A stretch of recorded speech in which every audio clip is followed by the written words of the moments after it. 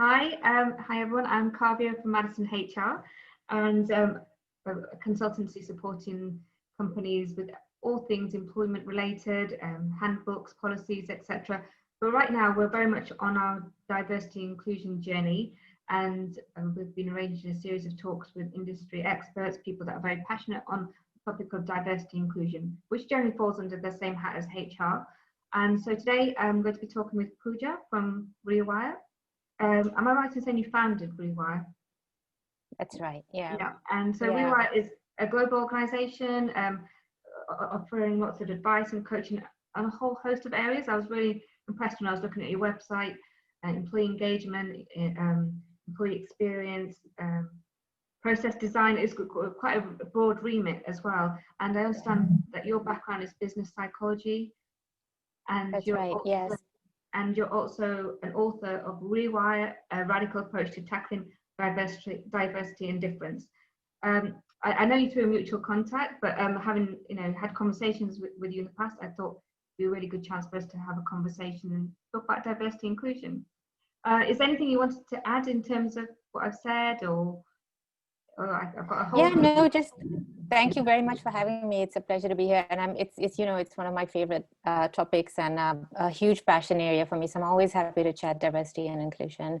But I am a business psychologist by training, so I have done work in everything to do with the employee experience. So that's why the work of Rewire looks so vast, because it's everything to do with OD.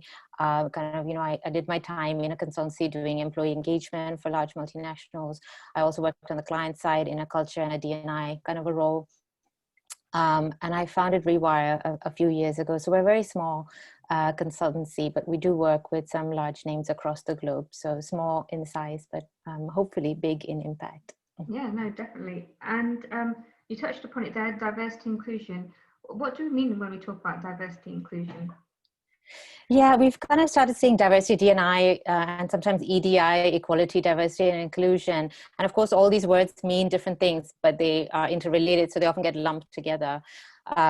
Diversity is about difference. Like for me, I know that there are particular strands in different countries, they vary a little bit, but there are strands that are protected by law in terms of non-discrimination. So there are the big strands of diversity, as I like to call them, that include kind of gender, age, ethnicity, like race, and so on. But for me, diversity is about all the ways in which we're different. And it's about the lens that we bring to a conversation. And that lens is based on who we are innately, like the characteristics we're born with and the characteristics that we acquire. So it might include education, it might include class, it might include postcode, even accent. Even if we speak the same language, we sound different. So all these are, to me, all these are relevant aspects of diversity as well, because that's what you bring to work and to any kind of engagement. Whereas inclusion is more active, it's more a verb. So it's what you do with the diversity. So it's about how you treat difference.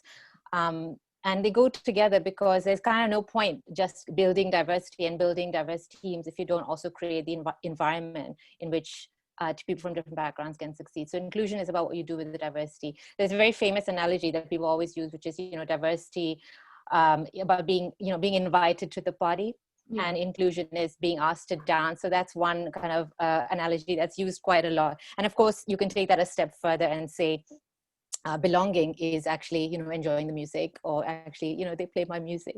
So there's different ways to explain it. But diversity is about the differences we bring, and inclusion is about how we treat differences. Okay, thank you. And is it a personal thing, or should we be talking about it in a work environment? Yeah, I mean, it's absolutely personal, but it's also relevant in a work environment, because organizations don't exist in a bubble. So who we are outside work and what is personal is what I bring into work every day. Now, we might try to draw lines between my kind of professional side and my personal side, but actually to some extent, those are artificial lines, because we are the same human beings inside and outside the working environment. And on board our organizations, they're groups of people. Yeah. So if you don't talk about the personal, then you're actually not addressing what makes the organization tick. Yeah, no, thank you. Good answer. And so as an employer, why should we be embracing diversity? And what do we actually mean when we say embracing diversity? Yeah, so, I would say there's probably three broad reasons why organizations engage with diversity and inclusion, or they talk about it. One is the obvious, which is the lowest level of engagement, which is the legal reason. So that the legal case, there is anti-discrimination legislation. We have the Equality Act here in the UK. So legally, you're required to make sure that you're not discriminating against people from protected strands. So that's the kind of the basic reason. Yeah. Then you have the moral, ticking the boxes, absolutely, and compliance, right? And then you have the moral case, which is wanting to be fair and wanting to be equal, not kind of disadvantaging somebody because of how they look or where they come from, just the fairness angle of it, wanting to be good. And then the third is the business case. So, there's obviously a growing body of evidence that shows links between diversity and performance in different ways, in different contexts. So gender balance on boards leads to better decision making. Diverse teams leads to better decisions, more, innovative problem solving and so on. McKinsey pretty much, I think, puts out a report every week. It feels like, it's probably not every week, but it feels like, every time I look at my newsfeed, there's something from McKinsey about the link between diversity and performance. So it's pretty well established that diversity leads to kind of wider thinking, better ideas, better innovation, better problem solving. But I think what people forget is that all those things, all those business benefits that you see are only realized if you create the environment in which the diversity thrives. So if you have diversity at the table, but people don't feel like they can voice their opinions, you're not going to get those business benefits. You're not going to get those multiple ideas. So I guess embracing, to answer your question, embracing really means kind of making the most of both. So it's getting that diversity and then building an inclusive culture that supports that diversity as well. So as you said, not just ticking the boxes and getting bums on seats. It's not about, Benetton ads. It's really about creating the environment in which people can kind of contribute meaningfully, regardless of where they come from. No, I think that's very important because, as you said before, it is not, we have the differences when we talk about gender, race, but there's other things to come into play, such as different working styles, different personalities, introverts, extroverts. So I think that's a really good point. How do you get an entire company, specifically senior leadership, on board with any sort of diversity and inclusion initiatives? Yeah, it's a very good question. And it's obviously that's the work we do at Rewire, is getting entire companies on board with D&I initiatives. And I think one of the clues is in your question, because you said including senior leadership, and the answer to any kind of change management question is always start at the top, right? Because senior leaders need to role model the kinds of behaviors they want to see. And I think, I would absolutely echo that. That's true. And we know firsthand what the impact is of kind of seeing your boss kind of behave in a certain way. And we kind of just, we adapt to the norms that we see around us. So certainly start at the top, have leaders role model the behaviors that you want to see. But actually more and more in recent years, we're seeing that that's not as a 100% true as it has been in the past. So now we're seeing that change and energy and momentum can actually come from anywhere in the organization. So it's not, to do start at the top, but don't forget that there's other sources of energy, and that's where we should go to look for change in an organic way as well. So in terms of change across the organization, the one piece of advice I would have is don't just do one thing. A lot of organizations are making the mistake of kind of just setting targets, or they're just doing training, and that's actually not enough. You have to kind of attack it at all different levels. So you have to look at the organization as a system, and a collection of processes that impact each other, and then kind of work on all of them in a strategic and a holistic way, so that they're aligned and they're pulling the organization in the same direction. So for example, if you're doing a leadership training, make sure that then your policies and processes are then aligned to support leaders to kind of build that into the working. So there's no point just training and then not changing the processes and so on. So it's kind of, I guess, coherence between what's happening with leadership, what's happening with policies, what's happening with targets, behaviors, all these things. They kind of need to be aligned with each other to really have that energy to pull the organization into change. No, I think alignment is key, because they all have to fit in together as part of a bigger puzzle. So say an employer has decided to start looking at diversity inclusion, what sort of initial steps would you recommend? Well, where do they start? They've got a blank canvas. Where do they go? And it's a very common, we often have companies that come, especially in the last few months, we've had people coming to us and just kind of saying, we need to look at D&I. We just need to do something. We need to have had a mandate. We need to do EDI in my team or in my organization. And my first question is always, what do you actually want to do? What is your goal? What is Mhm. your vision? And I think that has got to be the first step. What does it mean to you? There's no such thing as kind of doing D&I. You've got to know kind of what the picture looks like at the end. So I guess the first step would be outline the vision and do the work it takes to outline a clear vision. What does D&I mean to you? Where are you now? Where do you want to be? What are the gaps, and the why? So it's, you know, why, what benefits will that bring you? Just, and it's also making sure that people are with you on the journey. So that vision needs to be one where people are bought in, employees are bought in. It's not something that's slapped on them, but it's more of a collective aspiration, because that's the best chance you have that people will kind of then latch onto it and follow and try to do it. Versus, you know, just something that was like, we've got to do D&I now. It's, Yeah. you know, it's a bit more engaging if people have built that aspiration together. So we do a lot of work with organizations where we actually have a phase 1, which is all about articulating the aspiration. So, you know, it's where are we, and what do people want, and why? What does good look like? What does great look like? And how are we gonna, and then you start to build the steps for how you get there. Okay. And sometimes data comes into that, you know, whether collecting data on employees, the makeup of your organization. So what sort of key data should employers be collating? Yeah, I mean, there's so traditionally, or kind of at a very basic level, diversity data that's collected often tends to be demographic data Mm-hmm. based on protected strands. Mm-hmm. And you need that. That's one of the basic indicators, right? But it's a necessary, but it's not sufficient, because it doesn't Mm-hmm. always tell you the whole story. So you do need to collect the gender data and so on. Yeah. But you also need to get beyond that. So I think, so I mean that in two ways. One is kind of getting deeper with the numbers, where it's not just, you know, at an overall level, what percentage of women you have, or even at senior leadership, what percentage of different ethnic categories you have. It's really about where where you have drop-offs, for example. So looking at your diversity data or your demographic data at different levels. So you're kind of seeing what the progression is, where you might be losing people. And then it's looking beyond the numbers as well. So I think we love data in diversity and inclusion. We love our metrics, right? But we forget that sometimes we just don't have the numbers. So for example, if your organization doesn't have enough people disclosing their sexual orientation or disclosing their Mm-hmm. ethnicity, what do you do then? You don't have the data. So you have to be a little bit cleverer than just relying on the data, because I think our natural kind of tendency is to focus more on stuff that we can see and measure.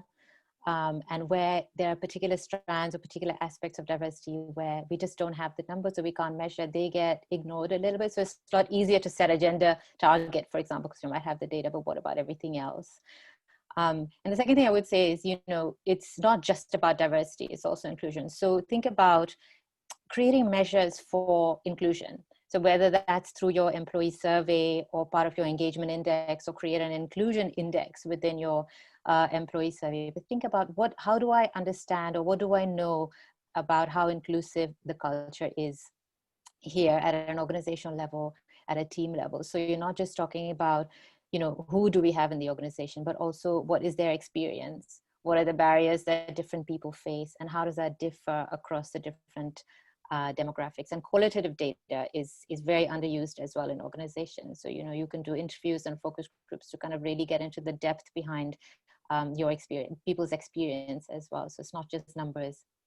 Yeah, I have had experience when, if we don't have the data, then company leaders might fall at the first hurdle. They feel like they don't get buy into the process because they feel like they've fallen flat at that first stage. So again, it is looking a bit broader than just the data.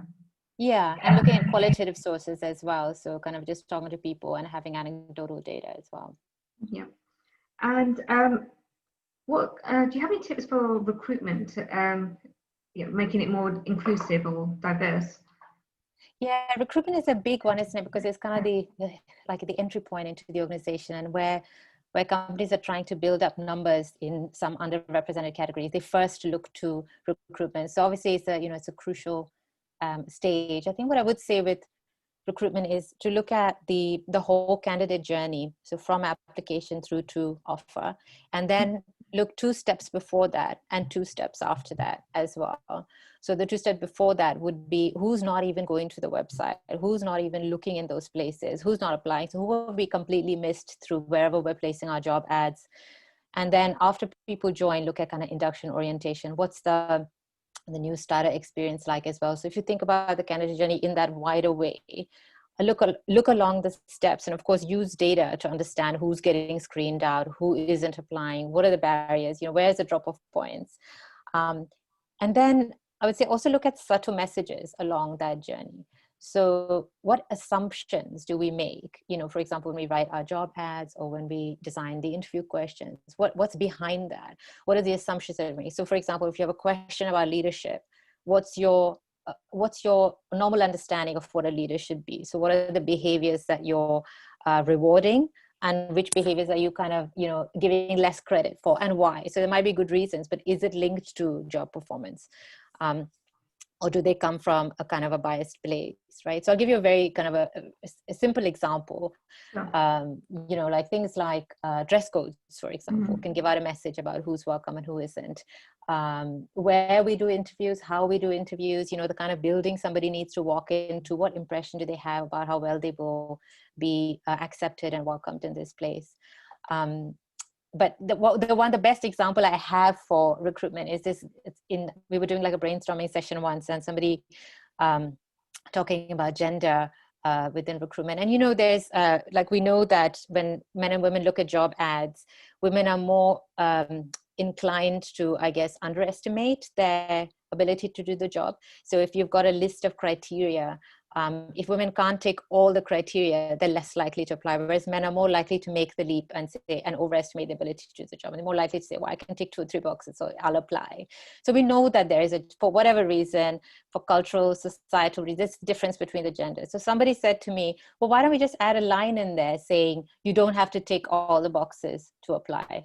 Simple as that, right? So it's not always kind of a big process upheaval, but just add a line in there saying, we know that, some people are less likely to. So just a sentence saying, you don't have to tick all the boxes.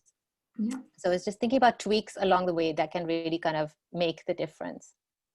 And it doesn't have to be a huge overhaul for all your recruitment processes. It can be step-by-step things being implemented.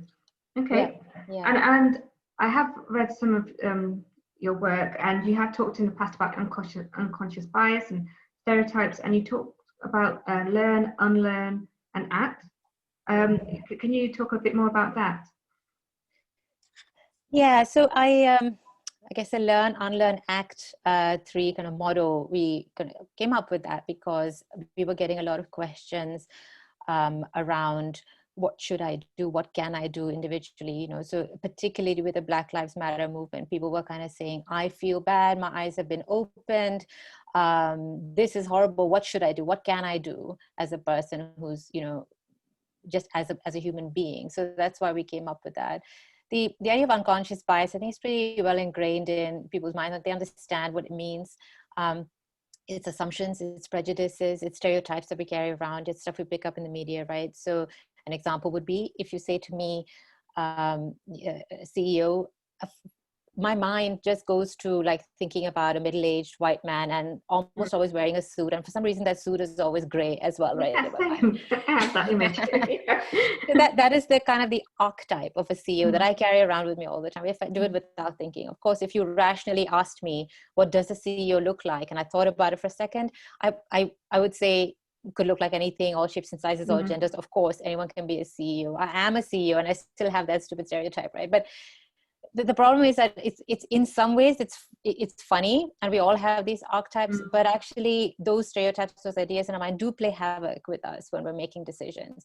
So if I'm sitting in a recruiting role and I'm recruiting for a C-suite position, for example, and there's a couple of candidates who they both tick all the boxes, they both meet the criteria, and I like both of them, am I going to be more inclined to go with the person who fits that archetype a little bit more?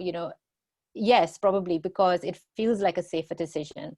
It's not unsafe to choose a non-traditional candidate, but it feels unsafe. It feels like a little bit more of a risky decision. And that's just our mind playing tricks on us. So addressing bias is about kind of interrupting that automatic process where we're inclined to favor people who in our minds fit the bill, who might meet the stereotype and archetype we have. And just challenging ourselves, pausing, reflecting, and challenging ourselves when our mind is trying to do that. So the 3 steps: learn is about learning about yourself, like what your archetypes are, what your stereotypes and assumptions are, learning about the world, so self-education, building self-awareness and other awareness as well.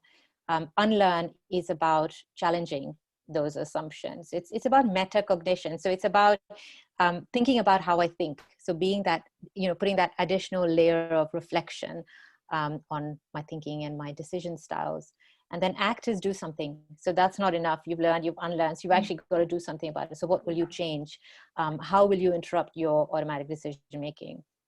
And what can you do, not just in your own in your own actions and behaviors, but also how can you impact change in the organizations and the teams you lead and in the environment in which you have, if you have control. Okay, thank you.